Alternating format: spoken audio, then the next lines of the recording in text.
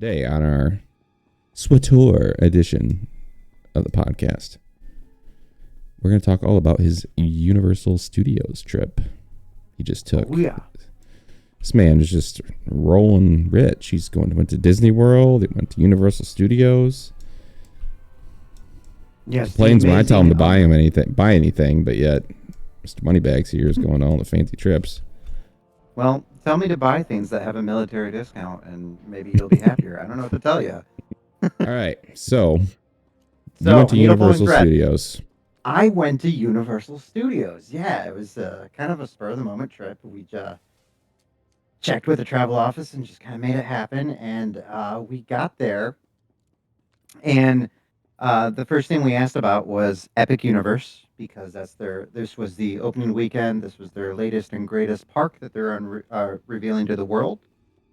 And we got there, and they're like, "Nope, no chance. You're not getting tickets." We're like, "Oh, well, no chance." They're like, "Come back on Wednesday," and we're like, "But we're here till Monday," and so and so obviously there's a problem.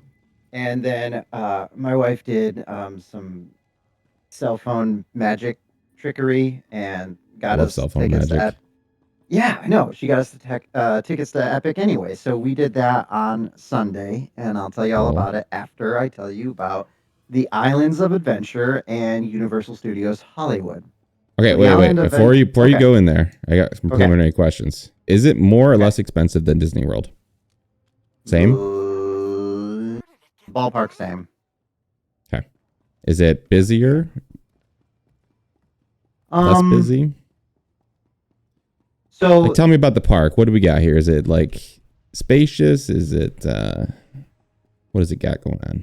Give me the lay of the land compared to Disney World. How do I? I've been to neither. Great.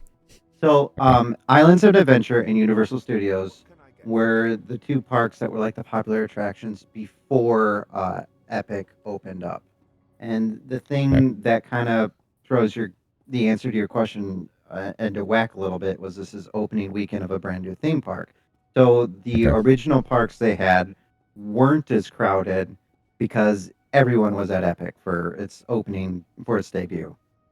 Gotcha. So Islands of Adventure had Hogsmeade, the Harry Potter village that they go to get their butterbeers and stuff in the winter. And it had Jurassic Park. Those were the two like really big chunks of Islands of Adventure. It also had the King Kong ride, which was really funny because Em and I had this debate over if I was right or wrong, because the ride is called Pawn Skull Island, which is it's the name of the movie in Godzilla's universe. But the King Kong they used was the one from Peter Jackson's film. So I was right because they were wrong. They had the movie, everything was Skull Island, but they had the wrong design for King Kong.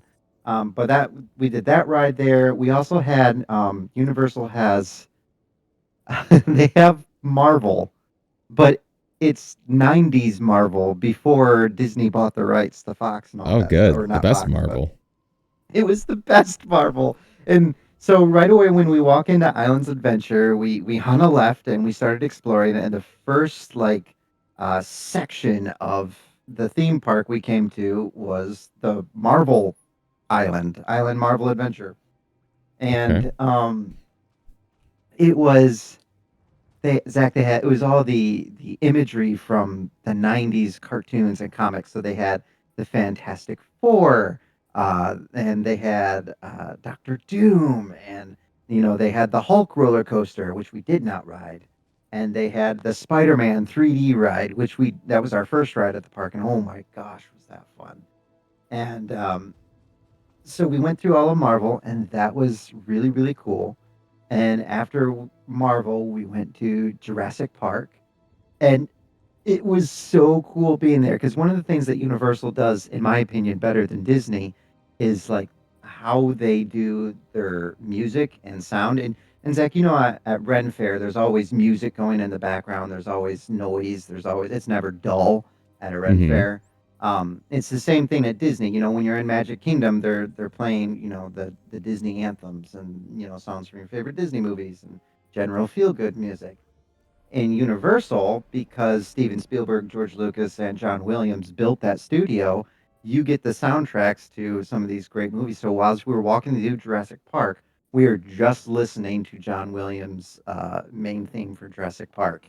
And it is so cool because, Jurassic Park in the book and in the movie, John Hammond, the character John Hammond, was designing a theme park in the 90s.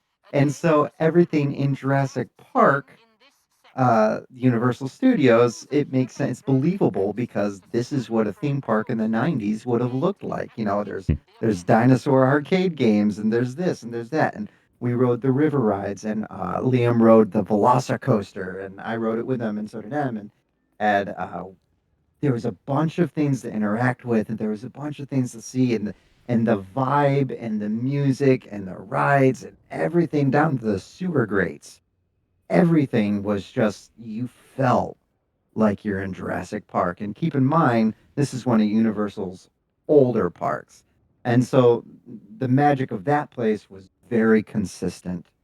And after we left Jurassic Park, we went to Hogsmeade. And oh man, it's like it's like stepping into a movie set. I mean, it's very very crowded, and the crowd felt a little out of place uh, because of the location. But like we got to go into the Three Broomsticks, and we got to have butterbeer, and we got to, and it was fake snow, but there was snow on the buildings, and just on the other side of Hogsmeade is the Hogwarts Castle, and that thing is just breathtaking to behold. They did such a good job at like modeling it and showing it off and just Nice. Ooh, nice yeah. whip. I like that. Thank you. I actually was wondering Thank you. what that would look like. Right? I Yeah. wasn't sure if it'd be as cool as it looked in the preview. 'Cause sometimes they look kind of. I was worried it would be too small, but that actually looks really sick. It's bigger than I thought it would be. That's also what Yeah, I she like it said. a lot. So yeah, the rides inside of Hogsmeade, specifically the Green Gots bank. No, that was the other one. This one was the Forbidden Journey. They used the combination of so what they're doing with rides at Universal is something I really, really, really, really, truly like more than a roller coaster and like the average thrill. What they're doing is they are using a combination of like 8K resolution screen projection and next generation animatronics, and they thrust you into an adventure, and you are, you're running through the halls of Hogwarts and the Forbidden Forest, and you're going on this grand adventure with Ron and Harry and Hermione. And it was just so cool and so well done, and we were all so impressed. And the thing with these rides is, my youngest is he's able to ride it with us, so we got to do it as a whole family. And I highly suggest to anybody that ever wants to go to Universal that you invest in express passes because the difference in wait time is mind blowing. It's staggering. How much But are we did a those? lot of cool. I don't remember. We did a lot of really really cool interactions with like the sets, and we did a lot of cool rides, and that was mind blowing. Um, Going to day two, our full day was spent, or both were full days, but at Universal Studios itself, that was like walking through what I imagine walking through like a movie studio lot would be like, because you were moving from one set to another, and we watched. We did so many things there, so it's hard for me to just like keep it all straight and keep it all balanced. But what some of the things we did was we went to a Jason Bourne stuntacular, and it's one of those like live Hmm. action stunt shows like Disney has Indiana Jones and like which are sure People that have gone to Disney have probably caught that at some point in like the last 30 years or something. But this was cool because they used set pieces against a giant screen, and it was the face of modern theater. I think it was. I don't even know how to describe it. You were interacting with the screen at the same time actors and set pieces were interacting with it. And so it looked like you were in a major city while Jason Bourne was running up a building that they had just put there, but they met their mark so perfectly and it like fit seamlessly. So it looked like it was part of the set, but also 3D. And I don't know how to describe it, but it was so seamless and flawless. I felt like I was watching is a 4D movie a thing? I don't know. It was It beyond is any now. VR. It was beyond any VR experience, and it was incredible. Oh, by the way, Universal seems to have this general logic of, screw it, here's fire, because they use so much pyro in so many different. We did the Mummy Returns ride, which is an older ride, but at the end of that ride, spoilers for anybody that hasn't been to Universal. At the end of the ride, the mummy takes over your ride, your adventure, your car. And you go on an extra trip. You take an extra round, an extra lap. And right before the end, they light the ceiling on fire, and you could just feel it's scary because you could just feel the intense heat in there. Universal Studios also has Diagon Alley from Harry Potter. That that world was so well done and so believable. You go through the brick wall that opens up and reveals itself for Harry and Hagrid. You go through that, and you are immediately met with a city that you had no idea was there, and it really felt like, honest to goodness, magic teleportation. Like if we walked into a different world, it was the scenery, the aesthetic, the music, everything was so dramatically and instantly different. That's what made it believable, and that's the theme that only keeps getting better and better and better, building up to epic. That they do so much better, I think, than Disney. It's just like you're in one spot and it's a theme park and you're in a movie studio. Now all of a sudden you're there in this place from Harry Potter. And it was we did the Green Gots mission there, which is another 3D interactive ride. That was mind-blowingly awesome. And there was interactions with the dragon, and we took the Hogwarts Express, which itself is a train. It takes you from one park to the other. It takes you from Hogsmeade to Diagon Alley, or King's Cross, which is set up kind of right there next to Diagon Alley.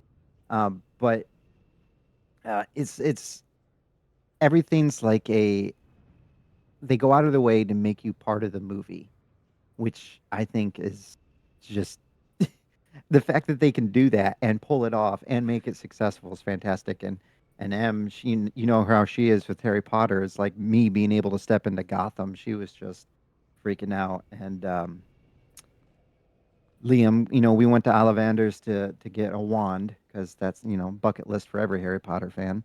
And as you go through, there's an experience before you get to the shop, and you're moving through, and you see the stories upon stories, bigger on the inside, and possibility of different wands waiting to be picked by, or waiting to be given to their wizard. The wand chooses the wizard after all.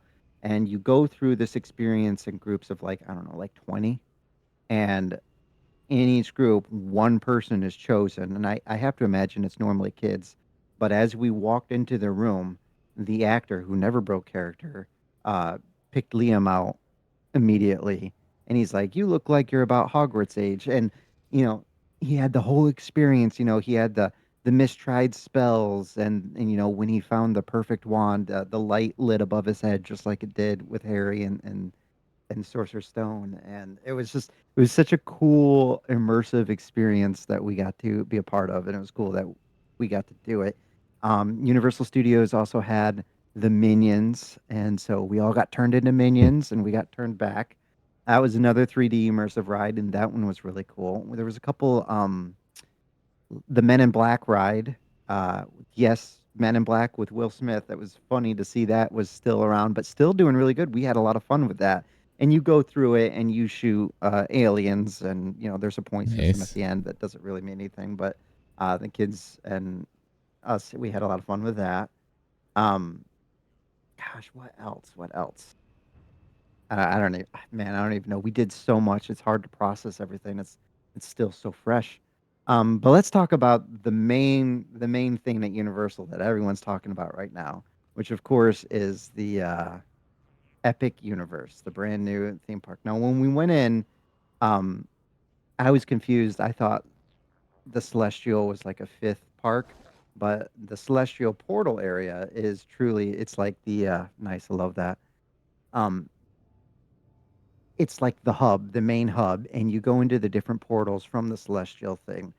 And like I don't know what it is about that word celestial that just really uh invokes an image in your mind, but that image you have is accurate. And everything is, they even have nice, I like that one too. They even have a snow machine. So at one part, it's 90 degrees outside, but it's also snowing. So just kind of that like defying reality magic to the hub. Now the first portal we went through was How to Train Your Dragon and the Island of Berk. That's the video I sent you. Uh Oh, okay. the I There's no words truly. From the other side of the portal, everything you see once you step foot, it's all hidden. You can't see any of it. Not really. Like some of the things that are reaching towards the sky, you can like see the tips of it from the main hub, but you don't see the scope of anything until you step through the portal. And it is all like, cutting edge. This is the latest in theme park technology. And the main attraction, because there's only two rides in each portal park right now, two or three. But the main attraction for Burke was this roller coaster that circles around a mountain and goes over water. And the roller coaster itself, I mean, it doesn't go upside down or anything like that. But, in the park, everywhere you go, you hear the How to Train Your Dragon music. And the mead hall we had lunch at was Lord of the Rings dwarf grandeur, big and just like huge, and everything was. It was hard to reconcile that you were seeing something that was a cartoon, but now you're in real life. And we got to meet Toothless, and the characters in this park were roaming around free. Like the boys had an interaction with the twins, the troublemakers from the show, from the movies, whose names I've already forgotten. But like the blacksmith was walking around, and the kids had an interaction with them, and like Astrid and Hiccup were walking around, and we didn't see them, but the actors from the movie coming up were also there the same weekend we were, and Gerard Butler, who plays Stoic both in the cartoon and in the live action movie coming up, he was there promoting the thing. Cool. And yeah, no, it was really, uh, Fred and George, the twins from Harry Potter, those actors, and Warwick Davis were there promoting the Harry Potter Portal Park.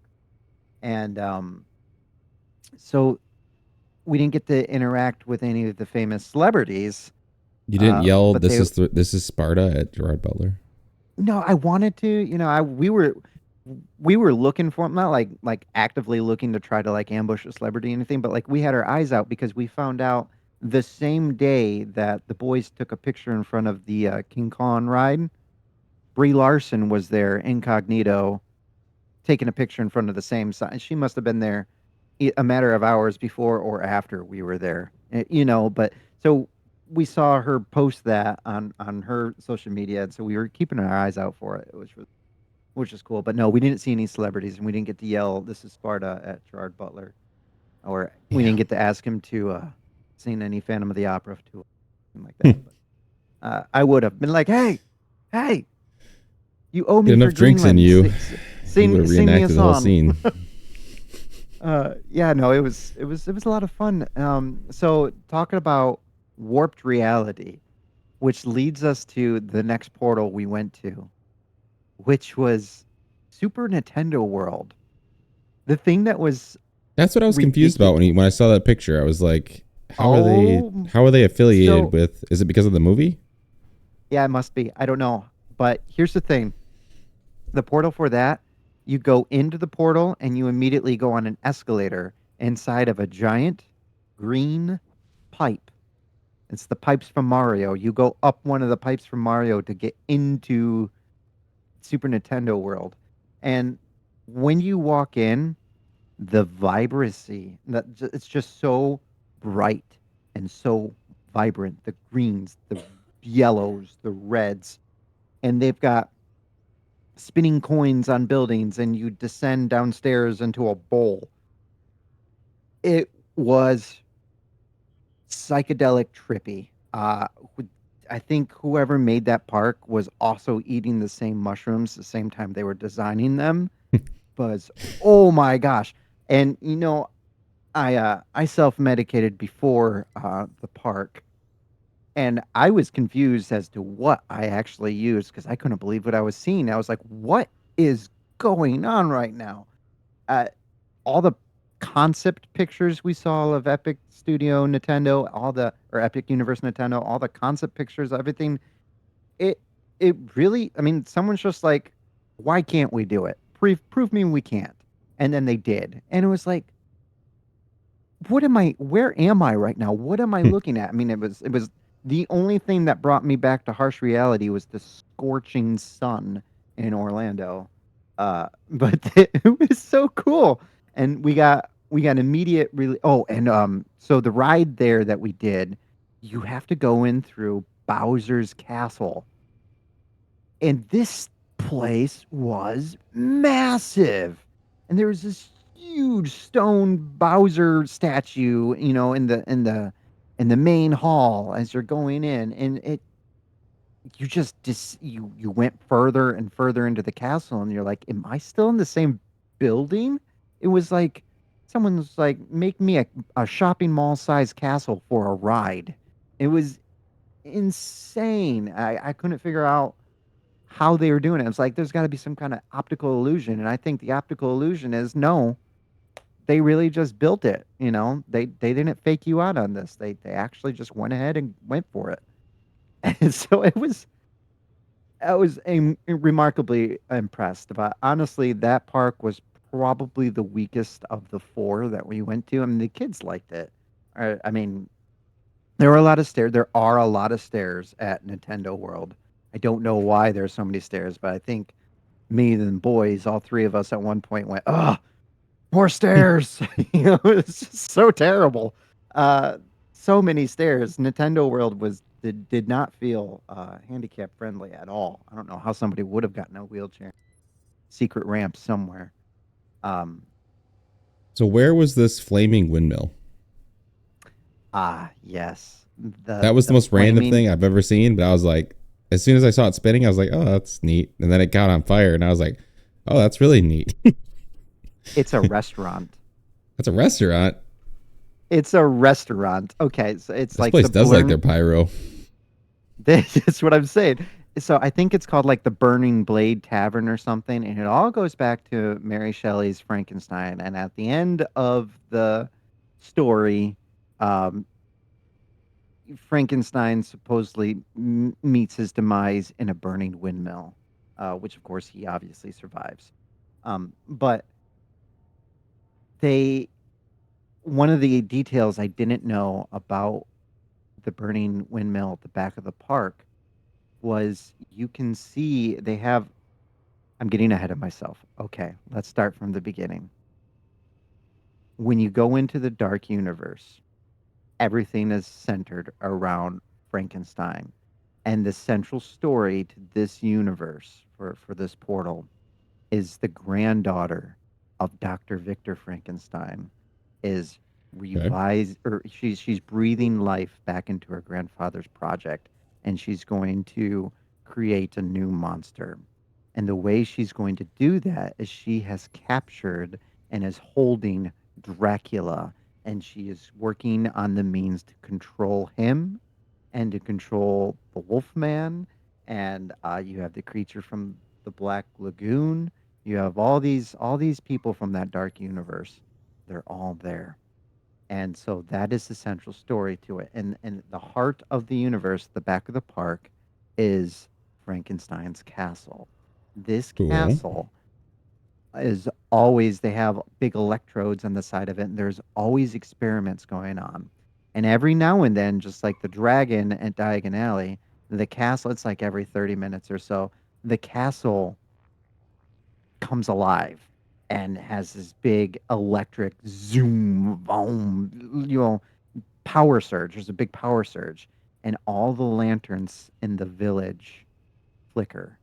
And as the castle is draining the electricity from the nearby village to power its experiment, in that same uh, in that same kind of vibe, the windmill, uh, it's going to light on fire when you see it's kind of like a low key light show of villagers' torches marching towards the windmill to set it ablaze to burn the creature within.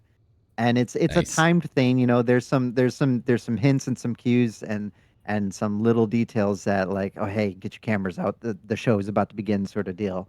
um but yeah, it's all part of the story. It's all part of the mythos behind these legendary horror characters. What made and broke the the this portal for us was in Orlando, you know, friggin' 95-degree day, and all of Ooh, a sudden there's a thunderstorm, which was awesome because it cooled everything down real big, and strangely cut the humidity for like a little bit. Uh, but it was right as we were going in, and it felt like we were walking into Van Helsing with Hugh Jackman, and like that, the way the rain was coming down and there was a thunderstorm going, and already inside the village they're going out of their way to make it look spooky. And that's something that all the parks did really well. They incorporated different ways to like cool the guests. And so, like in Burke for How to Train Your Dragon, there's an ice dragon that sprays everybody with like super air conditioned fog. And in this there was this mist that was pooling out of a well in the center of town, and there's like this eerie red glow kind of indicating that it was like really super evil or something worse lingered beneath the surface. But so you had all that fog there, which was by design, and then you had the thunderstorm, and all the kind of smog that came with that and mist that came with that, provided by Mother Nature. And that was just like the perfect moment to go to that place. Unfortunately, the weather did shut down the roller coaster, the werewolf roller coaster, so we didn't get to do that, which was a disappointment because there were only two rides inside this portal. Um, but we didn't get to do the werewolf one because of the weather that made the trip so epic to begin with. And of course, we went back at night later, around 9:30, 9:45, and it was super dark and still wet and rainy, and it still looked awesome. But the second ride that we did get to do was another inside kind of interactive story ride. And Zach, this thing was so cool. It was, I- it was I have never in my life seen any graphic, not even the stuff you showed me on your computer at your house. I've never seen any, certainly never seen anything that good on a screen, a TV hey, size you screen haven't seen my before. new computer yet. You shut your mouth. I'm telling you, Universal beat you because it was like looking through a window. It was so good. And that ride was scary. It wasn't like I had nightmares about it scary, but like your average horror movie that's not terrible scary. And they did it with, you know the best Dracula design I've ever seen. They did it with cutting edge animatronics, like the best in the world robots. And they did it, Dracula was in there. The creature from the Black Lagoon was in there. The ride was controlled by Igor. Dr. Frankenstein, she was there. Frankenstein's monster was there, and the whole thing. It was just like it was a giant, because I told you the story behind the theme was her trying to control Dracula.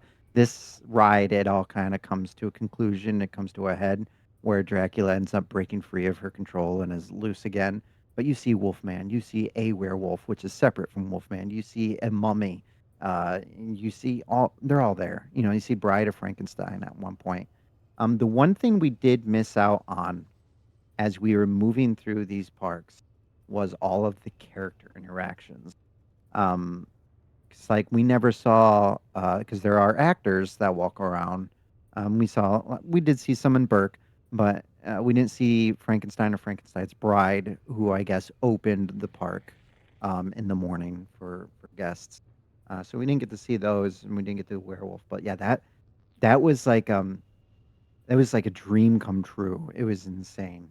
And speaking of dreams coming true, the last portal we went to was the third Harry Potter park that they've built, and it's the newest one.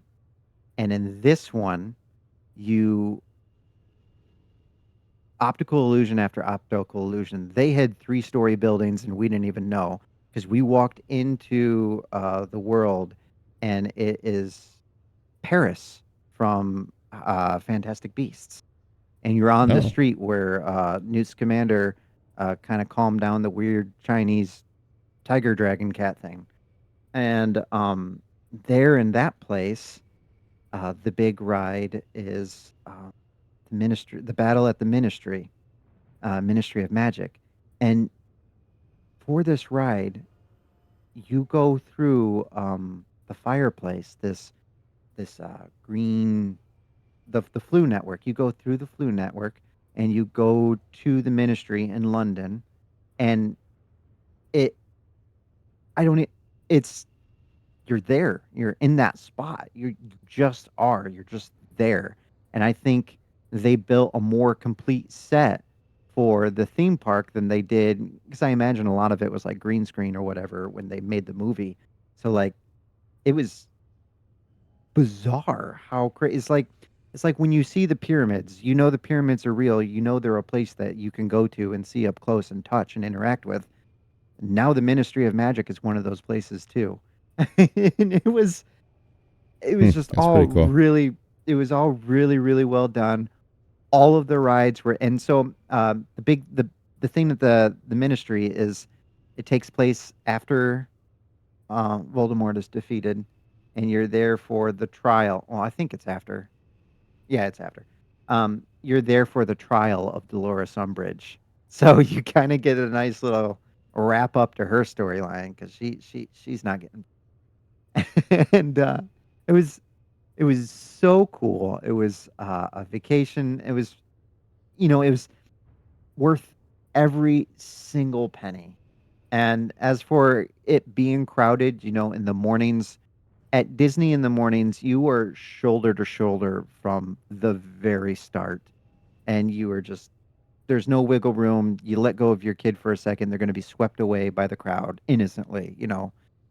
In Universal, everywhere we went, even with Epic being, its debut weekend, there really it wasn't as bad as it was in Disney. Memorial Day itself, when we went back, um, Hogsmeade at Island of Adventure was kind of like Magic Kingdom level crowded. Uh, but all So in I all, imagine, correct me if I'm wrong, that Universal, I'm assuming the adults you probably enjoyed more than Disney. yes, So how about kids? What did they prefer? I think our kids preferred Yeah, your Universal. kids, your kids are probably a little bit of anomaly. But if you were to Yeah. throw a broad net over all children, which is more of a, if you had go to one place for See, I children don't know specifically. where Disney is very like geared towards kids, old and young. It's they really cling to their nostalgia, and a lot of things are designed Do you have to be for deep those in like age the groups. Disney verse to enjoy Disney? Like, do you have to love No, Disney things to no, really get not the at most all. out of it? You do not need to be a Disney adult or a Disney nerd or I mean, it helps. It's going to mean more. But like, no, you don't have to be completely obsessed with Disney to enjoy Disney. There's plenty of things to do for adults. And the rides are still just as great. Now, is Tyler going to enjoy the Star Wars ride as much as you or me? No, probably not, because it's one of those interactive rides where you get to be part of the Star Wars adventure and you get to interact with heroes from the movies. And this is the same thing at Universal, but I would say they're as far as kids, if your kid has never watched TV before, I would say they would have an equal enjoyment at both parts.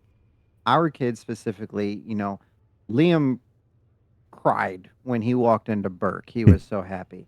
And Oliver freaked out about the Minions because he loves the Minions so much. And all of us nerded out at Jurassic Park because dinosaurs and Jurassic Park. And Universal Studios, it's not that their movies are more popular or less popular. It's just I think they're A little more diverse. yeah, they are. Because Universal, you have representations of the Minions next to King Kong, Spider Man, uh, you know, Dracula, dragons, dinosaurs, Yeah. E.T. You have that wide range of just like movies, like Jaws. Obviously, you had the Movies. discount stuff, but as far as like a dollars and cents, as far as food and everything else, is it all pretty comparable between the two? Or was Yeah, it's all one just way more? expensive. Yeah, so It's all just there's not like a bargain there. no, not really. Um, and there's a healthy mix. Universal. We didn't go there, but we passed a restaurant. I don't know, like 4 or 5 times that said voted number one theme park restaurant for like 10 years or something like that. And so you do have those restaurants that are like upper class and really expensive and a complete experience in and of itself to eat. But then you also have the shacks that are like zoo food. Those are out there too. And you can wait in line to get into the Three Broomsticks for to get a butter beer, or you can. There's a cart outside that sells the same product. It's uh, there's a wide range as far as options to eat. What we wanted to do this time, and it just fell through because we forgot an essential ingredient the morning we were trying to leave the house. Um, what we planned to do was to kind of skip eating at the parks themselves and come back and have lunch at the hotel.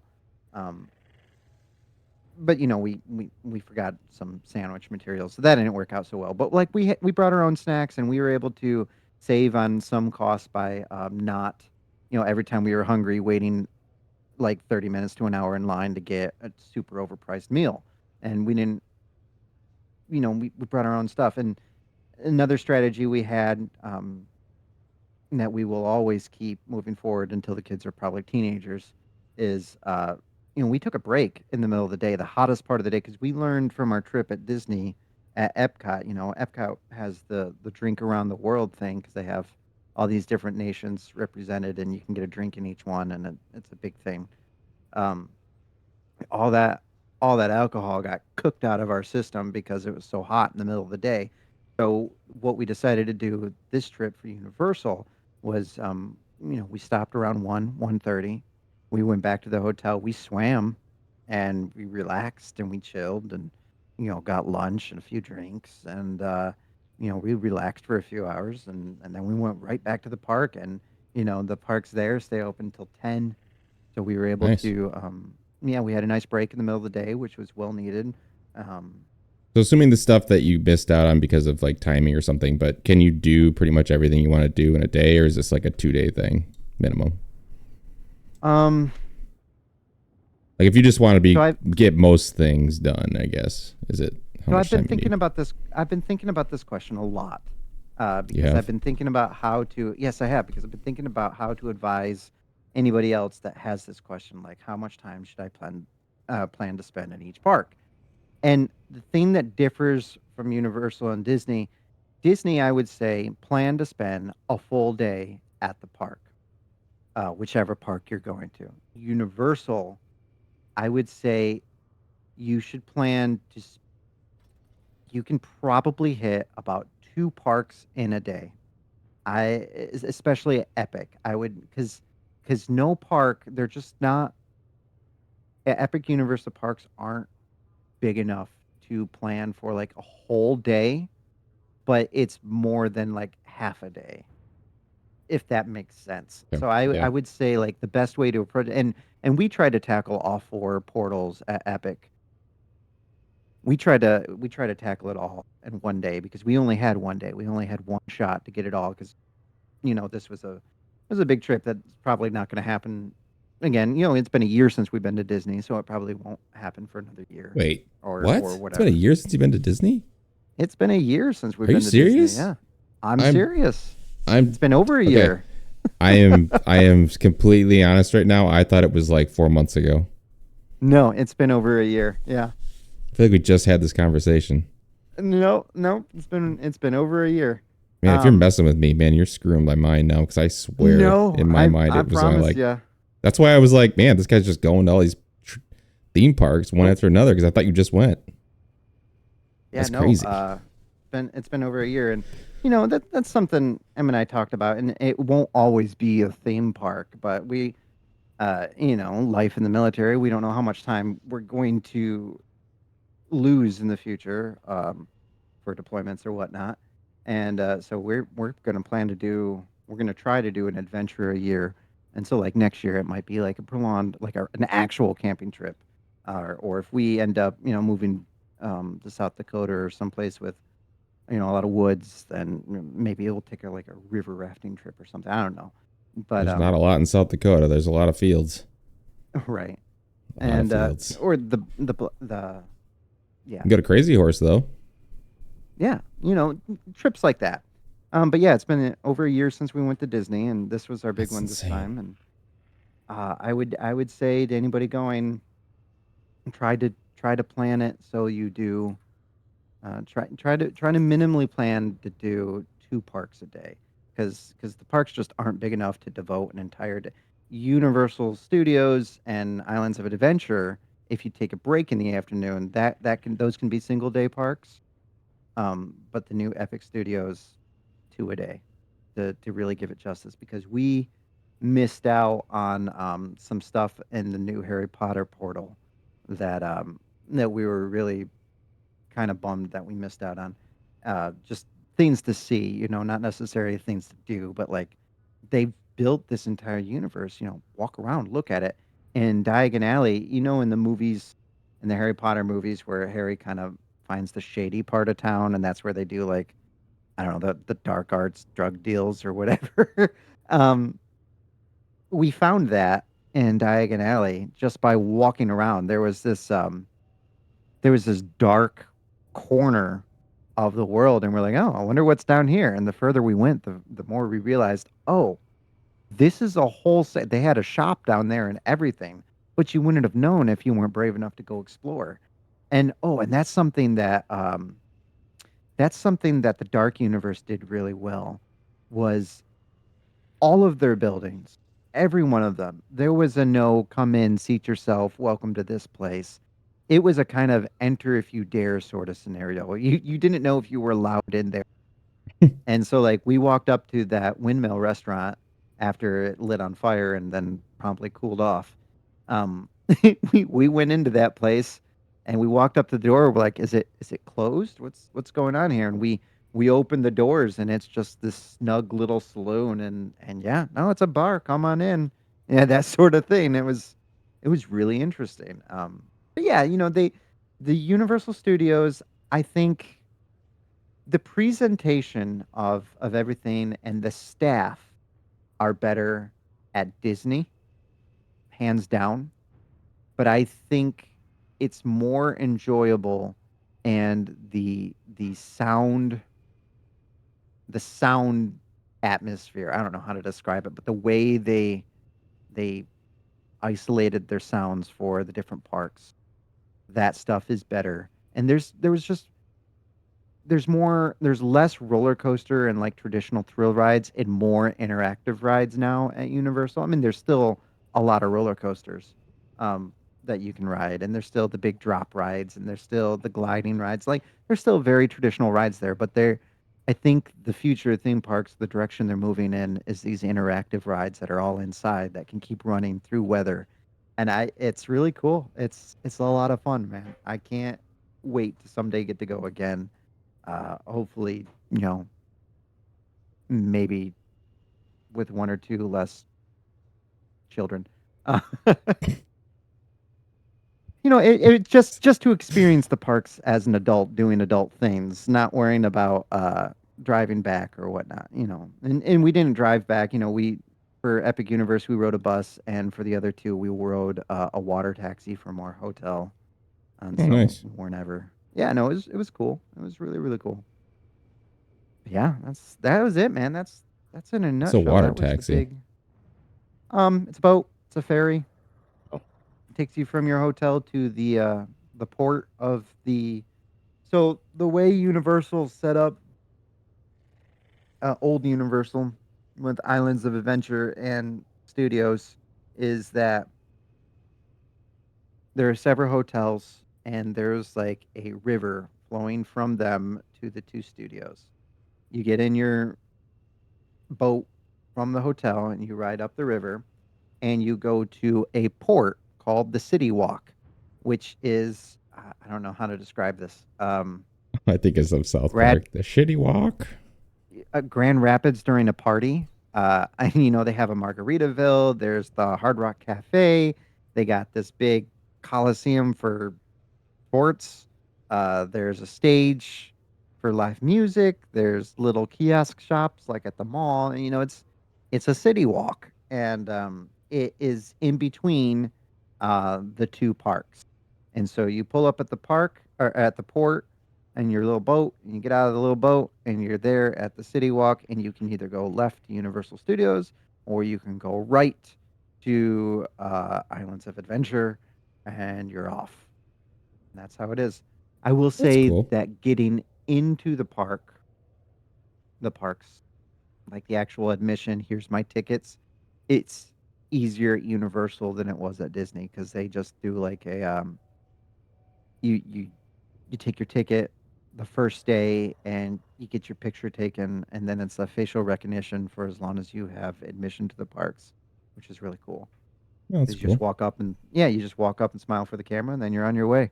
It really cuts down the congestion like in half from in comparison to Disney. Nice. Yeah.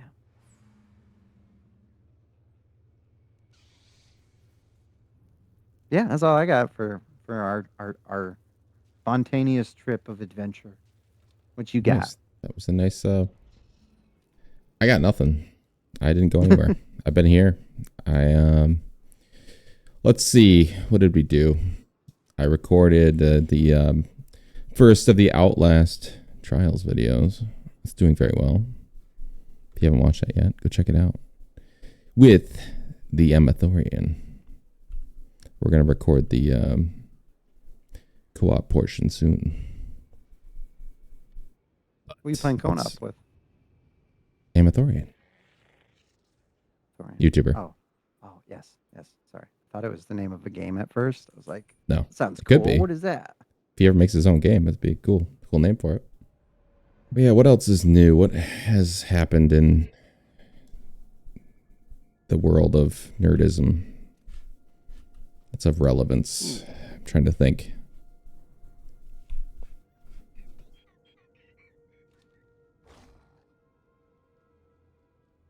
Have any Star Wars news?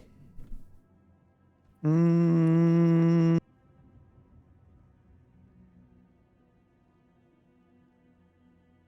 is there Star Wars news? I don't know. I'm trying to think.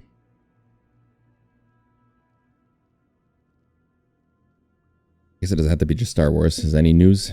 Any movies? Any shows? Anything catching your eye? Where are you at in Andor? I completed Andor. I'm done with Andor, and I promptly watched Rogue One right after. Did you? Didn't you just Yeah, watch Rogue One? Like, or was that what you meant? it it yeah, that's Did you what I watch meant. it again? I watched it after Andor and have not watched it since. And actually, I hadn't watched it in, I don't know, a year or so. I That's think one I've only watched it the one time. I I like that movie more than you do, and we Well, both know I this, was but thinking like, about this actually when we were talking about it last time. mhm. I want to watch it again after Andor for a reason. I think partly what happened to me in the movie theater while I was watching it was not that I hated the movie, but I was because I already had heard the leaks of the Darth Vader inclusion. I think I was anticipating that more than I was.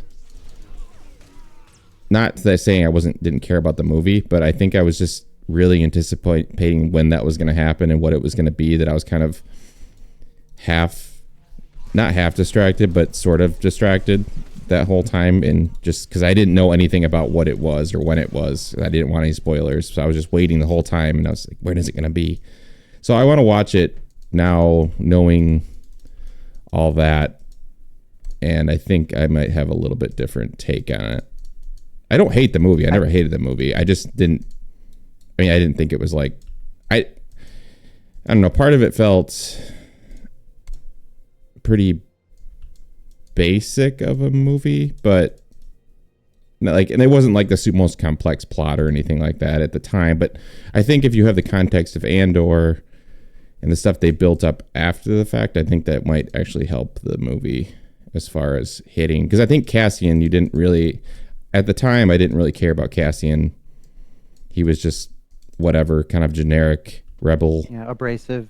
Yeah, character. and he didn't have a lot I of will likable say, qualities. But now I think I'm much more attached to his character now that he has more personality. So I would be able to watch it in that lens. I think I'd have a much different response. Yeah, after I watched Andor, I had to watch Rogue One, because after watching season 2 Andor, the movie is completely different. It's no longer just Rogue One. The story of the basically the intro to Star Wars: A New Hope. It's no longer the story of how they got the Death Star plans. It's the conclusion of Andor's story, and the way they leave the show versus how they pick up in the movie is so seamless, and it's so surprising that there's so many years between, because it just works. They just figured it out. They unlocked the code, and I was really, it changes the movie for me completely. It really does, Yeah, and I was especially kind with of thinking about that the last while I was watching. I'm not done with season 2 yet, but I was thinking about that as I was watching it, and I think my other initial, if I remember, because it was a long time ago now, but my initial, I think, response of watching Rogue One is I didn't love Jyn Erso either. I mean, she wasn't bad, but she kind of felt also kind of generic as far as her, I don't know, just kind of was, don't like anybody, I'm rebellious kind of person. I don't know. There didn't seem a whole lot to her that was different from any other rebel that we've ever seen. As far as just took a little bit from all these other people, and I don't know. That was kind of my take at the time, but I really think Cassian is going to help that. But yeah, I want to watch it again. I'm going to have an open mind too, because like I said, I never hated the movie. I just didn't think it was like top tier movie. I still would rank it pretty highly, actually. If we're putting like my favorite Star Wars movies, it's probably in the top. Actually, maybe we can do that right now. Let's rank my movies. This is like considering all we know, not at the time, because that would change. As of right now, with all the material we have, we're just going by movies alone. But you can factor in Clone Wars as far as how that changes your view on the movies. I think I would go.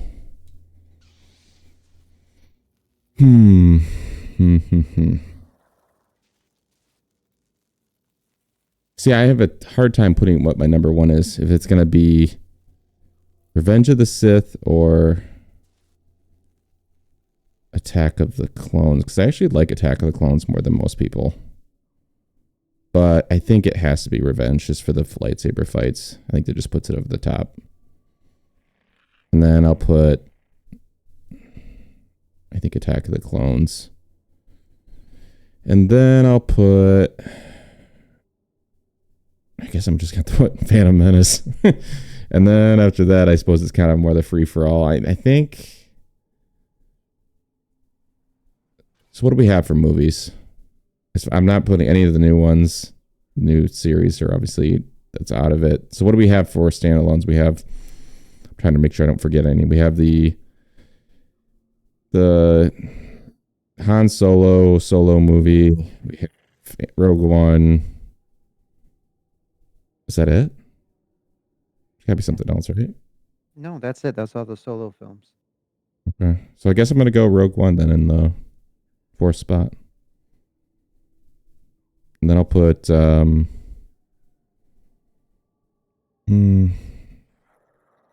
think I'll put, see, this is a weird one for me because, and I know people aren't going to like this take, but I think I might even put, it's weird. I think I'd rather watch Solo than any of the original movies. Just from a purely just technical old movie standpoint. I like the story of the original movies more, but I think as far as like what I want to watch, if I just want to sit down and watch a movie, I don't know if I really want to watch. I appreciate them for what they did, but as far as like my enjoyment, I don't know if I'd rather watch. I think I'd just watch anything newer, quite honestly, than I'd risk, because I already seen those enough times and I don't. It's kind of like a nostalgia thing where I'll just leave it in the nostalgia bank, and the more I watch it now, the worse it gets. Kind of thing. So I don't know. I think I would just, filter them down.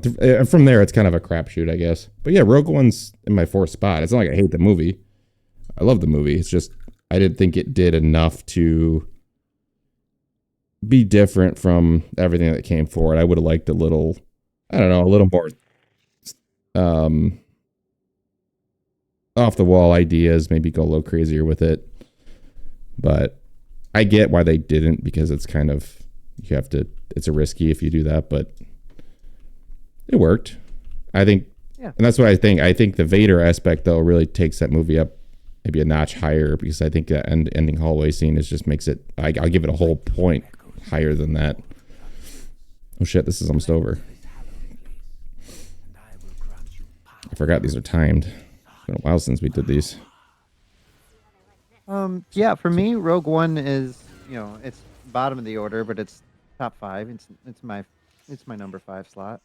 But that's only because, the 4 in front of it, in order, is Empire, Revenge of the Sith, Return of the Jedi, and Phantom Menace. Those are. So you'd like to watch Empire over everything else? Yes. Like if you just sit down and watch it? Yes. Okay. I'll allow it. I love Empire. It's my favorite movie. I think I like the lore of the movie more than the movie, if that makes any sense. I like almost discussing the movie and discussing what things mean, or maybe in more of a book sense, than I do actually watching things like that. Who's this guy? O'Neill. Hello.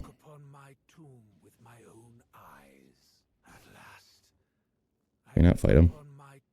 Oh, look at this guy. So you did Return of the Jedi, you did Revenge of the Sith.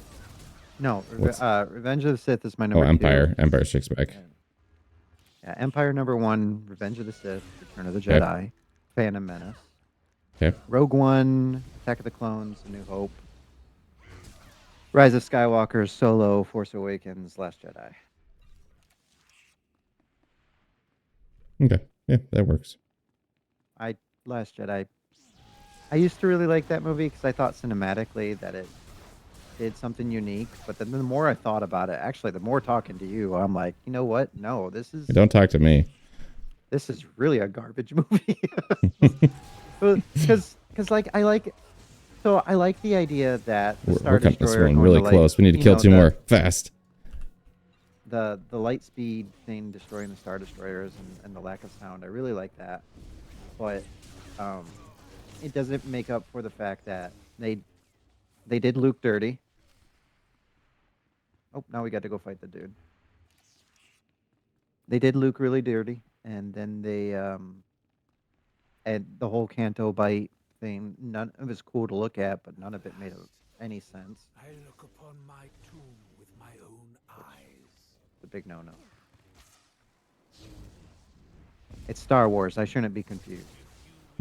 So is there anything in June coming up that you're excited for? June. What comes out in June? Train Your Dragon movie comes out in June, and I think that's the only one. I'm excited. Oh, I got merch, bro. I got some merch. What you get?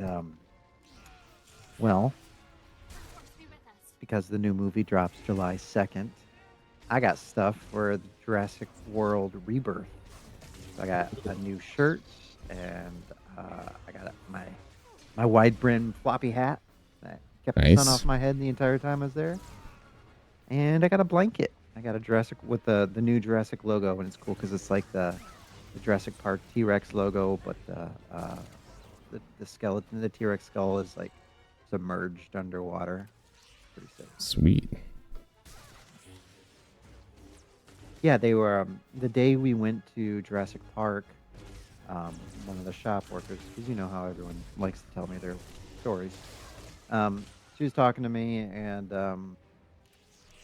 she was telling me that all the Jurassic World Rebirth stuff got delivered like the night before we showed up, and that like they came in and they did all new displays and everything, and she just started seeing the stuff when she came into work that morning. So we got the newest stuff like the day it was released, which was, you know, not in itself obscenely special, but it was still kind of cool to know that, like, you know, the general public hasn't seen this yet because they're not here the day it was released.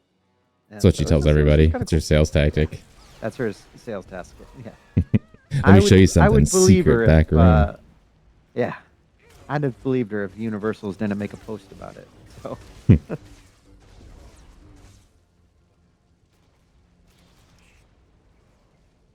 Oh yeah, it was cool to have these things. But July is going to be Jurassic, and is going to be Superman. That's the other one. Oh yeah, that's right. I forgot about that. That'll be an interesting conversation. Yeah. I'm gonna try to go watch it if I can get. Are you really? Yeah, so we can talk about it. Well, that's gonna be a fun one. Yeah, I went to the movies for a lot worse, so I'm gonna laugh. So yeah, remember what was that movie? W. Yeah, I used to go for any movie just to go. I was there twice a week.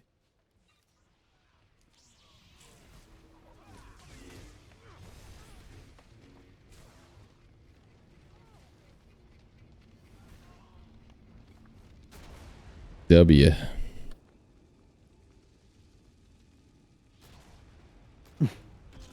I just remember the end of that movie. Everybody. I forgot about that movie. I cleared that from my memory banks. Is that Josh Brolin that plays him? I think so.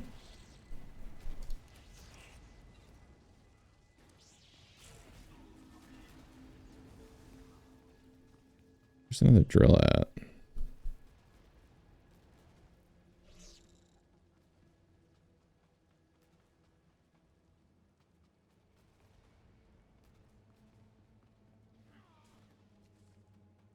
I need to get one more of these drills to pop. Ooh, I got some new leg wraps. Nice. Nice. Where'd they go? Where are they? Oh, so I got something we can talk about. Okay. What's the deal with the Batman 2? Why is it in such turmoil? Has it been canceled? Nope, it has not. James Gunn. The rumors got so crazy that he had to come out and tell everyone officially, no, Matt Reeves is not leaving the Batman. It's going forward as planned. I What don't was the know. rumor that he had some issues going on? The rumor was he developed cancer or something, and it was slowing the writing. He got sick, and it was slowing the writing process. And that effectively, because he was sick, he was going to have to leave the project. And instead of recast, they were just going to cancel the project, which I was actually kind of okay with. Yeah, I Uh, probably would be too. just because the Batman, it it works as a one-off. It just does. You know, you have that story. It's high stakes. It's its Yeah. own little pocket universe, and like I'd like to see more from Robert Pattinson's universe, but I'm not as excited about it as I was, because I know that the James Gunn's Batman, whoever he's going to be, is going to be a fantastical Batman. And you know, in James Gunn's DC universe, like we've already seen Clayface, and you know we know what characters, crazy characters like that exist. And so it's really hard to be for me to be excited about another grounded Batman movie, even as good as Robert Pattinson's was, when I know that like a comic accurate Batman could potentially be around the corner. When I know I can see like a comic accurate, or at the very least an Arkham accurate version of Bane, uh, or Mister Freeze, even, or you know some of these more fantastical rogues that he has that Chris Nolan and Matt Reeves are scared to touch because they're just so ridiculous and over the top. But Yeah. like, so it's I would rather it almost have been canceled, but I'm never going to complain about too much Batman. The world can never have too much Batman. Uh, That But is yeah, true. that the rumor was that he was sick and that he was leaving the project for that reason. But no, he's James Gunn came out and said no, it's going forward as planned. These are baseless rumors. Um, Somebody online's probably just stirring the pot because they're sick of waiting, which we all are, including the star of the movie, Robert Pattinson, who has very publicly said, you know, let's get the ball rolling because I'm going to be 40 before we do the next one. I don't want to keep working out, damn it. Right. So Oh, where are shit. you at campaign wise with this character? Um, I'm in the shadow of Revan. Like you've I'm been there for a while. yeah, it's a lot to it. They're all flashpoints so far, so I can only do like one a night, but I'm getting through it though. Where am I at in it though? So I've got your wife. She's in the companion now. She's a pretty good healer, Um, but she's a great tank. we need to catch these things when they spawn. Oh, here's one. Okay, we need.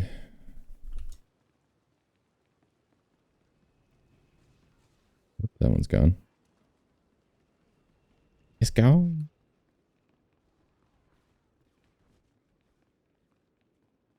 Yeah, I gotta be getting fairly close to being done with it.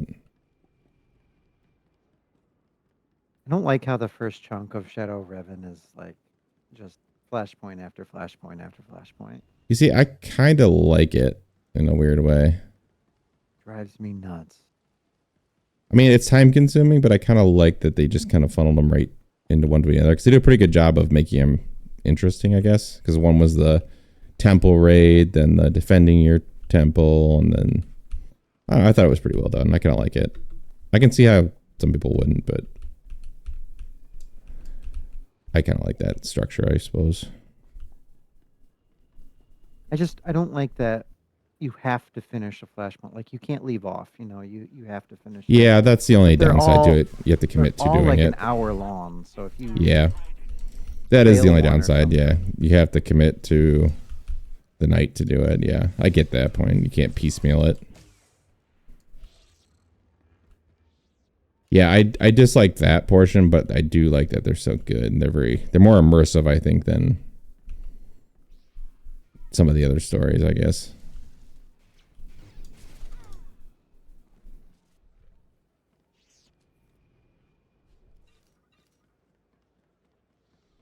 But yeah, I've been going on it for quite a while, so I assume I'm getting close.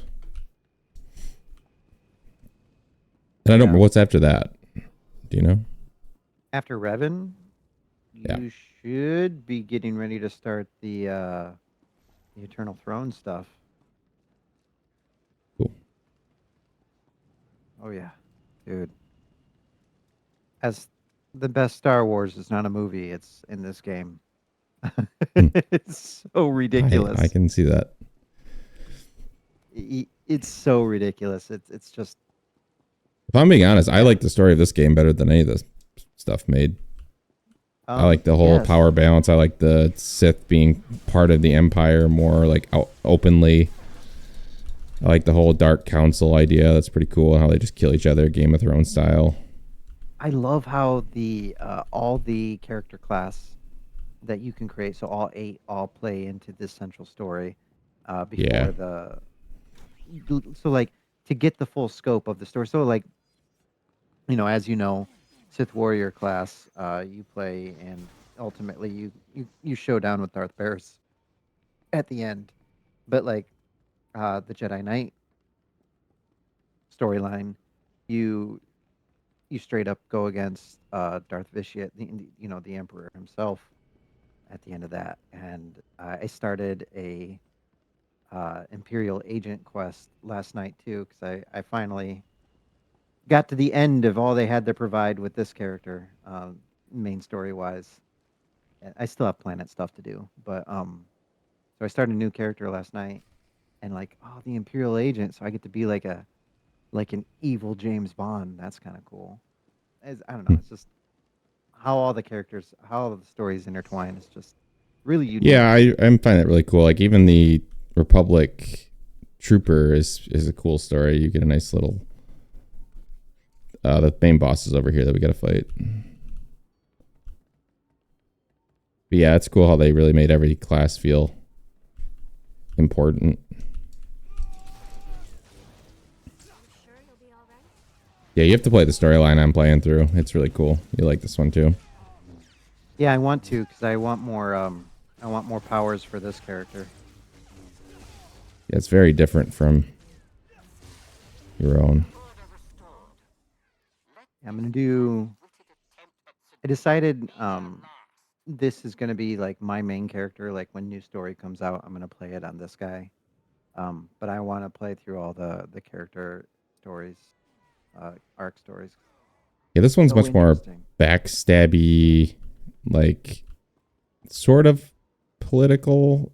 I mean, yours is like much more brute force. This one's kind of more like a espionage, a little bit, like kind of like you're playing the game, but we're all here to play our own game, kind of thing.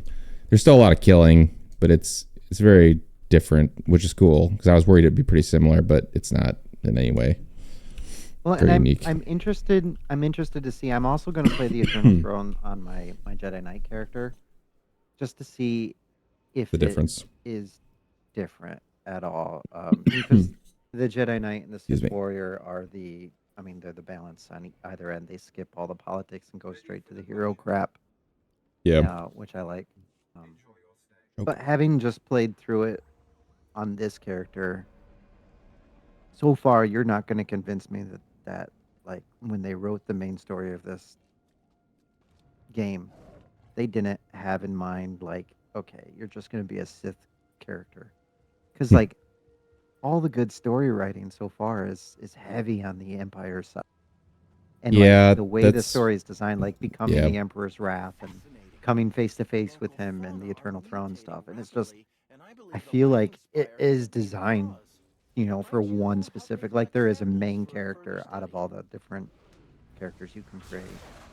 Yeah, I haven't been far enough on a Jedi in a long time to, especially with the newer content, but it does seem, so far anyway, on both my Jedi Counselor side, and I don't know, it's not bad. it's just not as engaged, which I get. It's harder to make a goody character as interesting, but we'll see. Yeah, maybe it does have some cool twists and turns that I'm not seeing yet.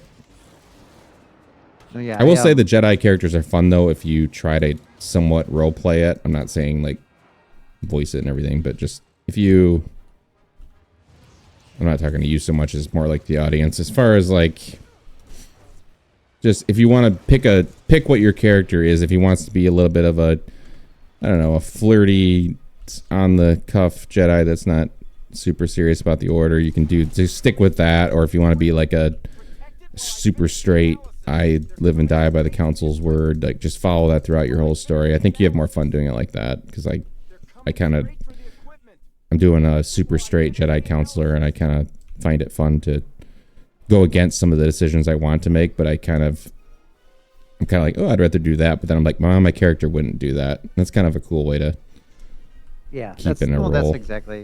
That's how I play my Jedi too. Like, I want to do this, but yeah, a lot of times I'm like, oh, I kind of think that option would be more like in line with what you'd really do, but then I'm like, oh, this guy's a super straight Jedi man. I was like, he probably wouldn't do that. Super straight Jedi man. Yeah, he's super straight, you know. My dark patch is gonna come during the story of Revan for my Jedi. He's gonna fall, or he's gonna be tempted. He's the evilest I'm going to be is during that one. If I can ever get through all the frickin' flashpoints.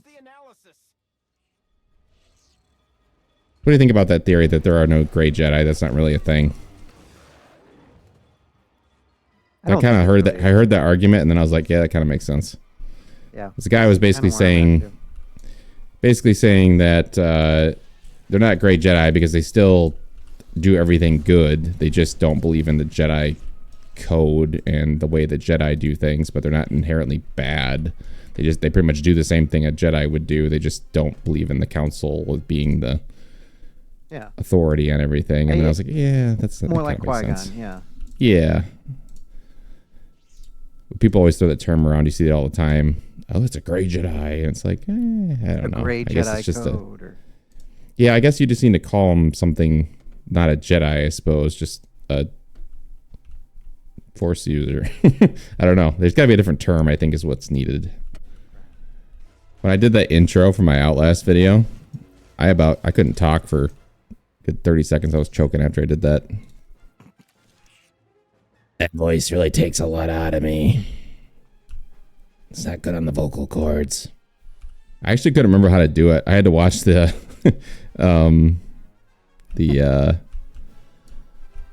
what was it? What did we play? The Backrooms video. I had to watch that again to remember how to do that voice, because I kind of had it, but I was like, it doesn't sound right. So I had to find it. I had to get the character. Welcome. I am so excited for June 5th.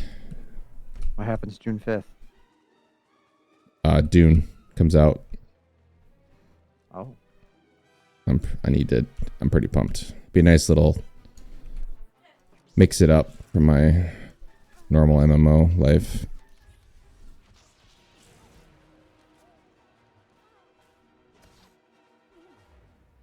It's an MMO, but sort of not. It's very different. It'd be nice give and take here between the two games. Although Star Wars has been popping off, dude. I don't know why, but people have been. Star Wars is awesome.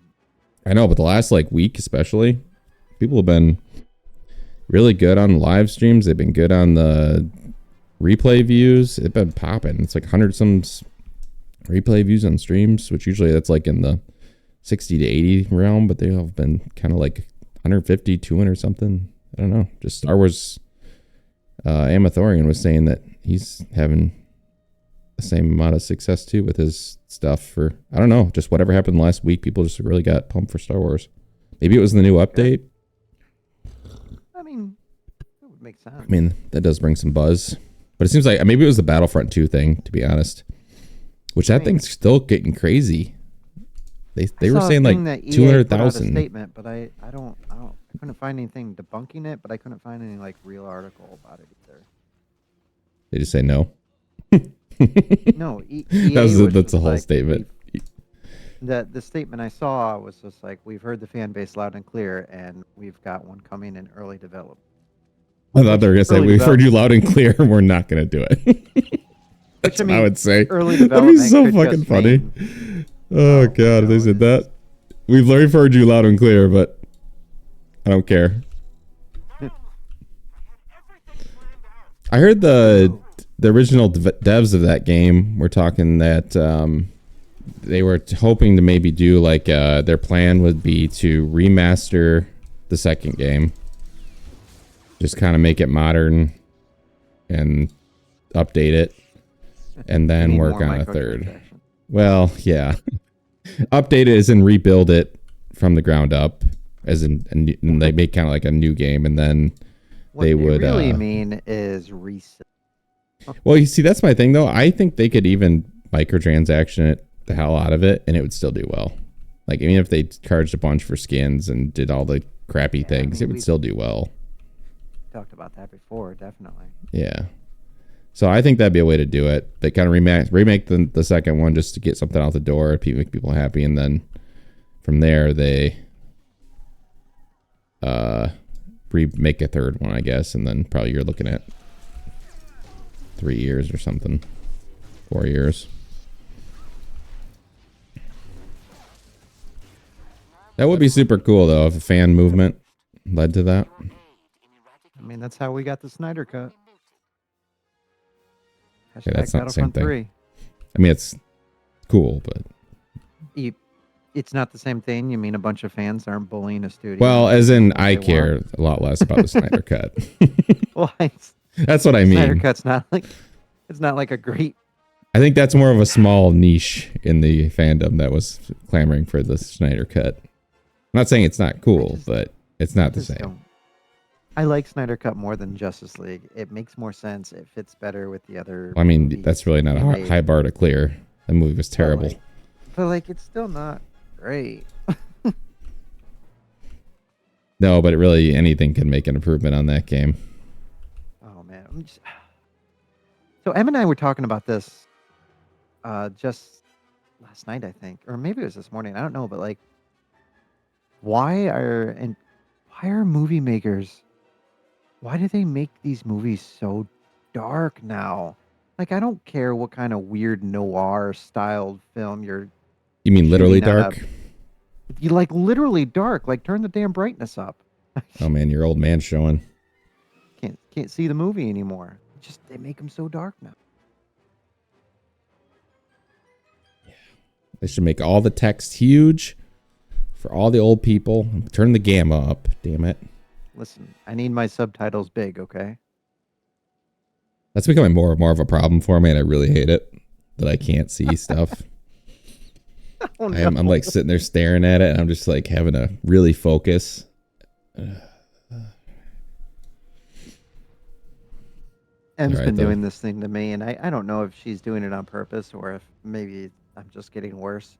But I'll look at her and I'll see that she's saying something to me, and I can't tell if she's being really quiet just to mess with me, or if I'm just why can't I hear you?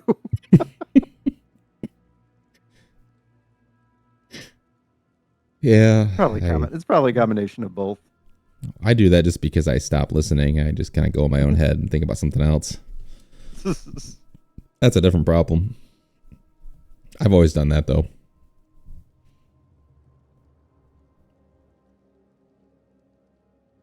Well, is there anything else you had to get off your chest? You guys huge. No. So yeah, I know. It's even bigger without the helmet for some reason. Yeah. You'd think it'd be the other way around, but no, he looks massive without the helmet. My guy is generally. He kind of looks like dude. Balin a little bit. Yeah, he does, doesn't he? I don't know why I didn't notice that before, but I think maybe it's just the hood.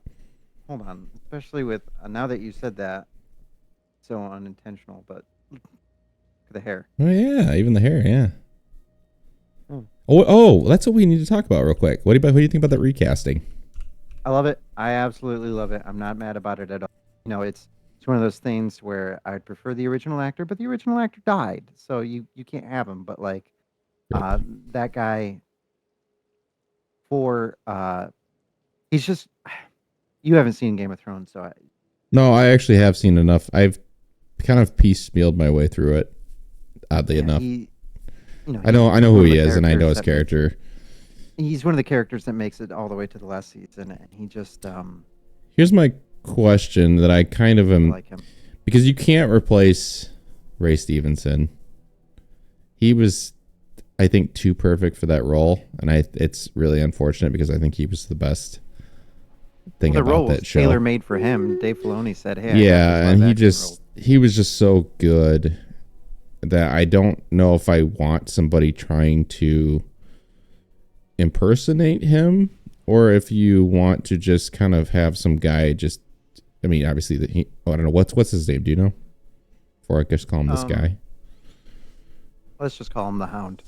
Yeah, I don't know if I just want the Hound to try to do his best to imitate him, or just kind of take it on whatever he feels he wants to do with it, because I think it could be worse if he tries to maybe imitate. I think I would just rather make it his own, even if it's not the same type of character, even necessary. I mean, it's obviously the same character and same story, but I think it'd be almost harder to do. I mean, he kind of does that in Game of Thrones, though.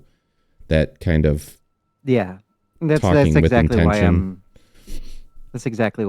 I'm okay with the casting because I haven't seen him in a lot, but like what I've seen of him, he's gonna be it's gonna be a good fit. And what I hope he does is I hope he approaches it the same way Star Wars voice actors approach their roles. And like specifically, I'm thinking about um, whoever the voice actor is that does Obi-Wan.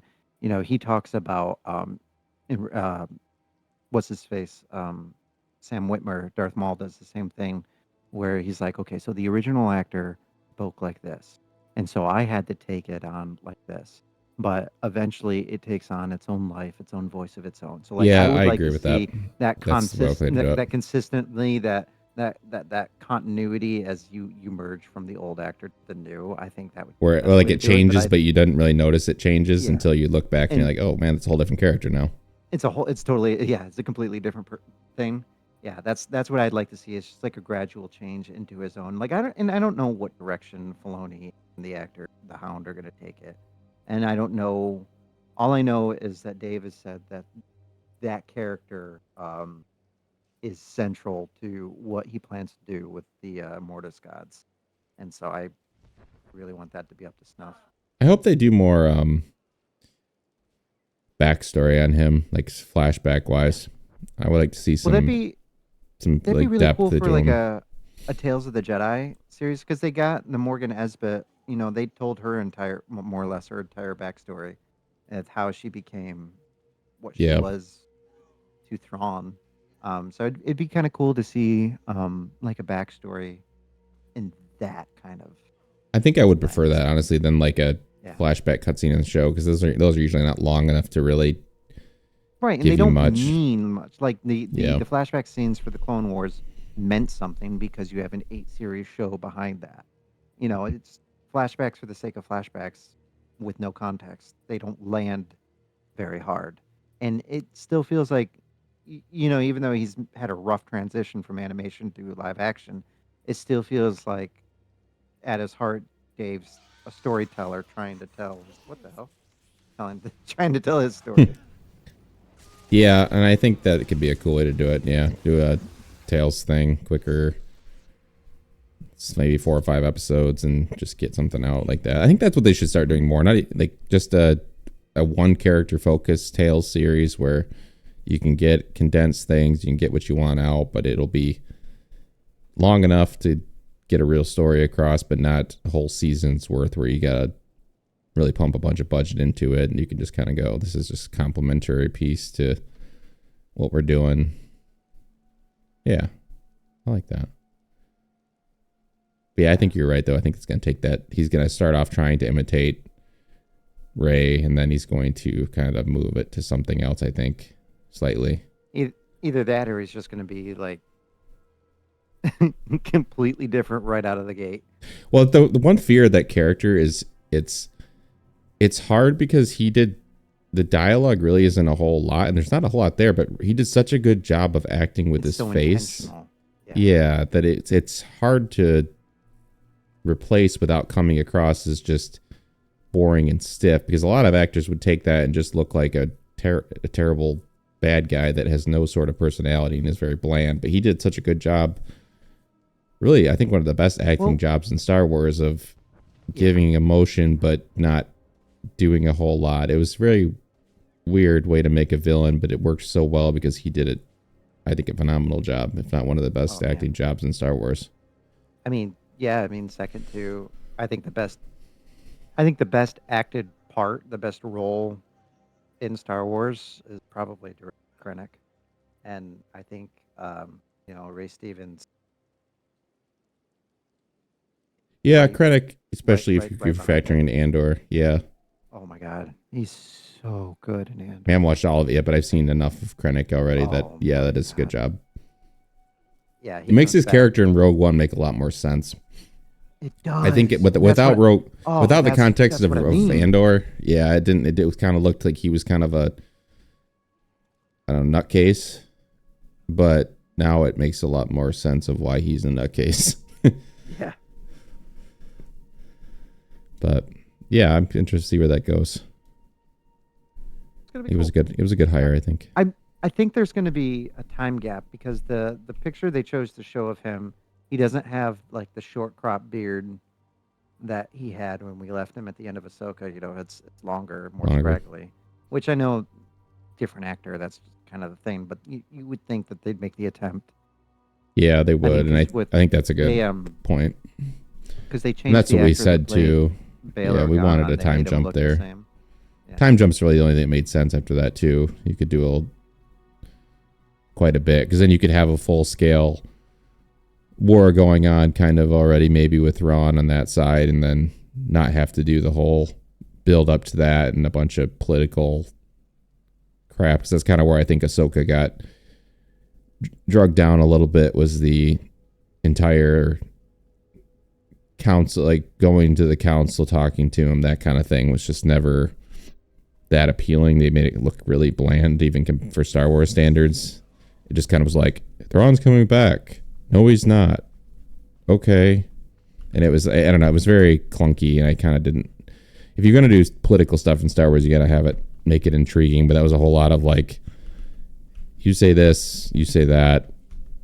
I don't know. I think it'd be best to just skip all that, go right into maybe it's already began, there's a war going on, then you can cut over to the other universe and see what Ahsoka and Sabine have been doing, and maybe she's more trained up now, Sabine, so she doesn't look as stupid in this season, maybe a little more competent and got some of those skills back. And I don't know, I think that'd be nice. I don't know how much of a time jump you could do, but I think it'd be nice, even you could even maybe go a year, honestly.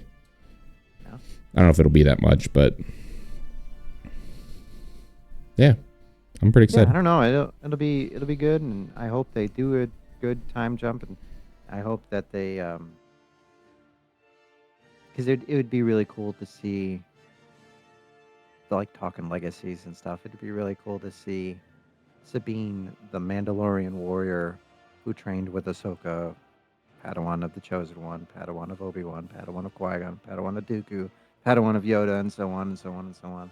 Because they made such a big deal about that legacy in the first season. So it'd be cool that, like, a time gap and then just see like a full-fledged Mandalorian that's also a Jedi.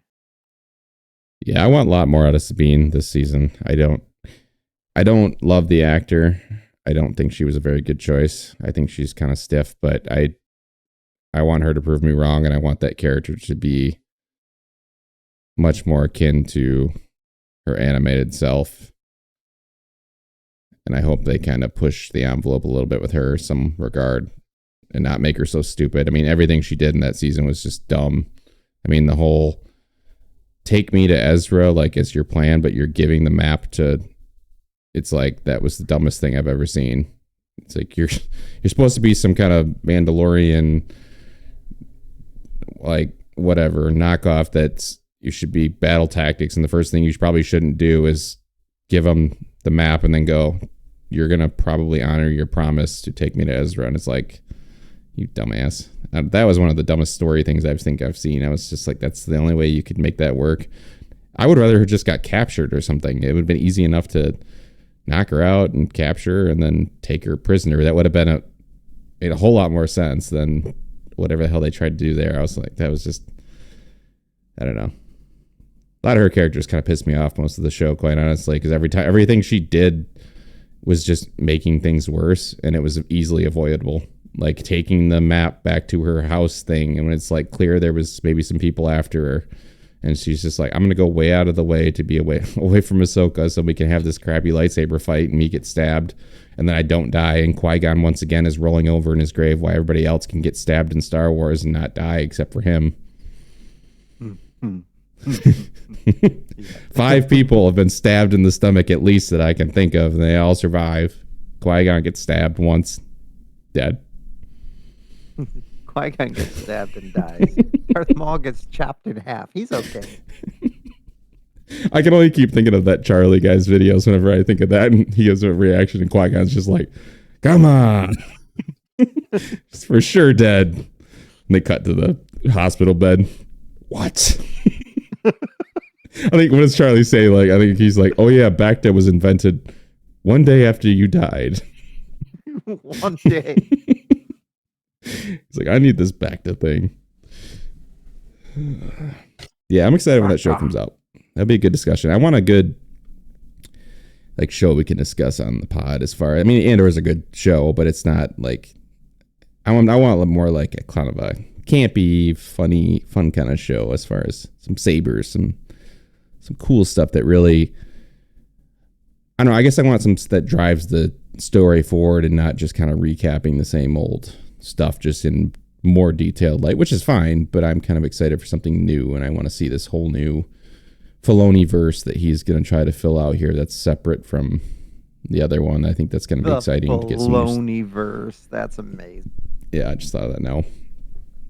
But yeah, I kind of want to see what he does with this. I want maybe new characters, new things. It'd be exciting to get some new stuff for once in Star Wars, not just retreading old stuff over and over and over. Not that it's bad, but we need some fresh blood.